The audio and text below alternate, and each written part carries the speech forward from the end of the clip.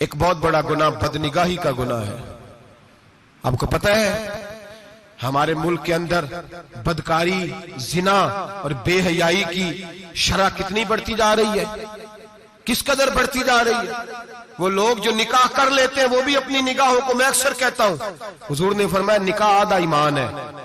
جس نے نکاح کر لیا اس کا ایمان مکمل ہو گیا. تو جو نکاح کے بعد بھی باز نہ آیا، میں اس کو بے ایمان نہیں کہتا، لیکن نبی پاک نے فرمایا جو نکاح کر لے اس کا ایمان، بولیے ایمان محفوظ ہو گیا، اس کا ایمان، سارے بولیے ایمان.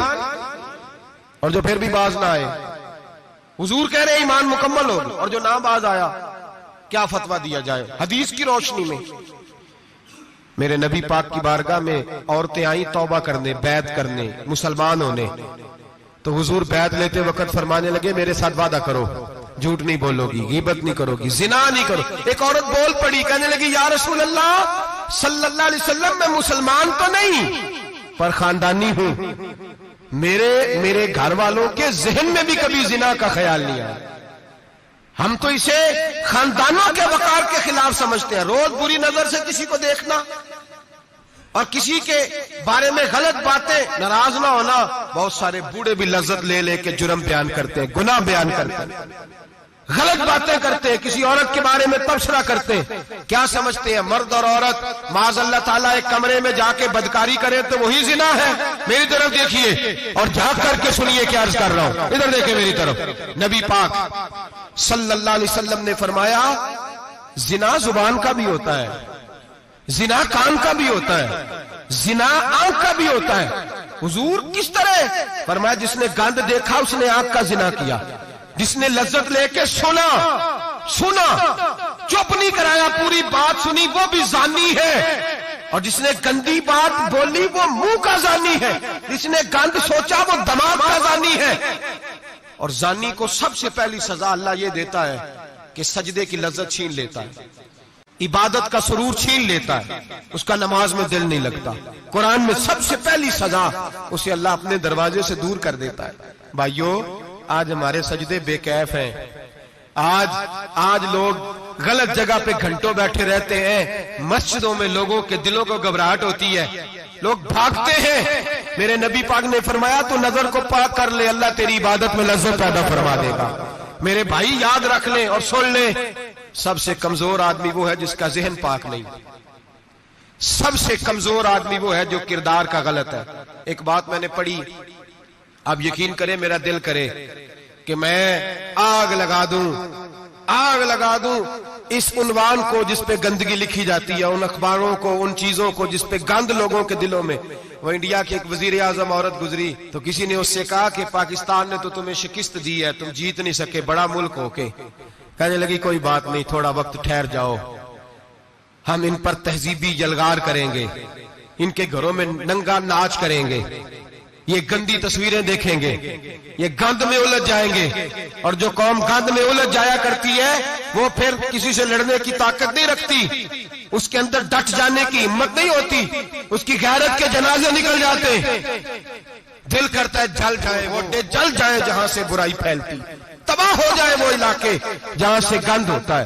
لوگ گند کی کمائی کھاتے ہیں، گند کی ایکٹروں کے ساتھ کھڑے ہو کے فوٹویں کھچاتے ہیں اور گناہ پہ فخر کرتے ہیں.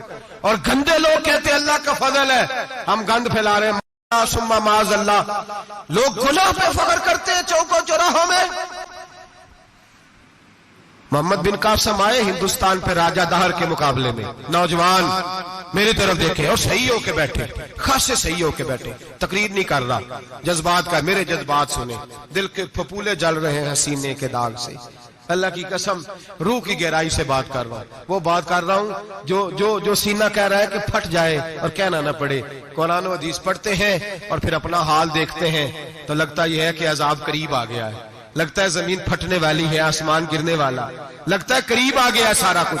سمجھے کیا عرض کر، یہ بات اگر آپ سمجھ گئے تو قیمت وصول ہو گئی. اس کو سمجھ گئے تو سمجھ لیں آپ کے مزاج کے اندر اللہ نے تبدیلی پیدا کر دی. محمد بن قاسم 18 سال کا جوان، ایک عورت کی عزت پر راجہ دہر ہندو نے حملہ کیا، محمد بن قاسم بچانے آئے. جب ہندوستان آئے فوج تھوڑی تھی، علاقہ تھوڑا تھا، راجہ دہر کی فوج بہت زیادہ، اور پھر اپنا عرب چھوڑ کے یہاں آ کے ہندوستان میں اس کے علاقے میں اس پہ حملہ کرنا، حالات خراب تھے۔ محمد بن قاسم پریشان ہے۔ ایک بزرگ نے دیکھا، کہنے لگے پریشان کیوں ہو؟ کہنے لگا سوچتا ہوں علاقہ بھی اس کا، فوج بھی اس کی، میرے فوجیوں کو تو رستوں کا بھی نہیں پتا، کیسے جنگ کریں گے، کدھر سے آئیں گے، اور پھر ہمیں زبان بھی نہیں آتی، کیسے کام ہوگا، ڈر رہا ہوں۔ 2-4 دن گزرے تو محمد بن قاسم اشاش بشاش ہو گئے۔ وہ بزرگ کہنے لگے خیر ہے، بڑے مطمئن ہو گئے ہو؟ کہنے لگے بس راجہ دہر ہم سے مقابلہ نہیں کر سکتا، راجہ دہر ہمارے مقابلے میں کھڑا نہیں ہو سکتا، وہ گرا کے گرا، وہ لڑکھڑایا کے لڑکھڑایا، ریزہ ریزہ ہو جائے گا۔ آپ کو کیسے خوشخبری مل گئی؟ کہنے لگے مجھے پتا چلا ہے کہ راجہ دہر ذہن کا گندا ہے، وہ تو چچا کی بیٹی کو نہیں چھوڑتا، ماموں کی بیٹی کو نہیں چھوڑتا، خالہ کی بیٹی کو گندی نظر سے دیکھتا ہے۔ جس کا ذہن گندا ہوتا ہے وہ کسی کا مقابلہ نہیں کر سکتا، ہمیں فتح ہوگی، فتح، وہ گرے گا۔ وہ بزرگ کہتے ہیں میں سمجھ گیا کہ واقعی سے فتح ہوگی۔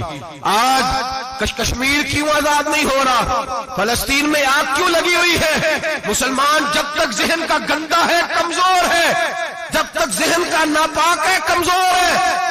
حضرت سعد بن ابی وقاص رضی اللہ تعالیٰ عنہ فرمایا کرتے تھے اللہ مسلمان کی مدد اتنی دیر تک کرتا رہتا ہے جتنی دیر تک مسلمان کا ذہن صاف رہتا ہے، کردار پاک رہتا ہے۔ آگ اس لیے معاشرے میں لگی ہے۔ نوجوانوں تم کہتے ہو کامیابیاں نہیں ملتی، اسے کیسے کامیابی مل سکتی ہے جس کا ذہن ہی صاف نہیں؟ وہ کیسے دنیا کی بازی جیت سکتا ہے جس کی نگاہ ہی پاک نہیں؟ وہ کیسے آگے بڑھ سکتا ہے جس کے کردار میں پاکیزگی نہیں؟ اپنے آپ کو پاک کر لو، اللہ ہر مشکل میں تمہاری مدد فرمائے گا، ہر رستے میں تمہاری مدد فرمائے گا۔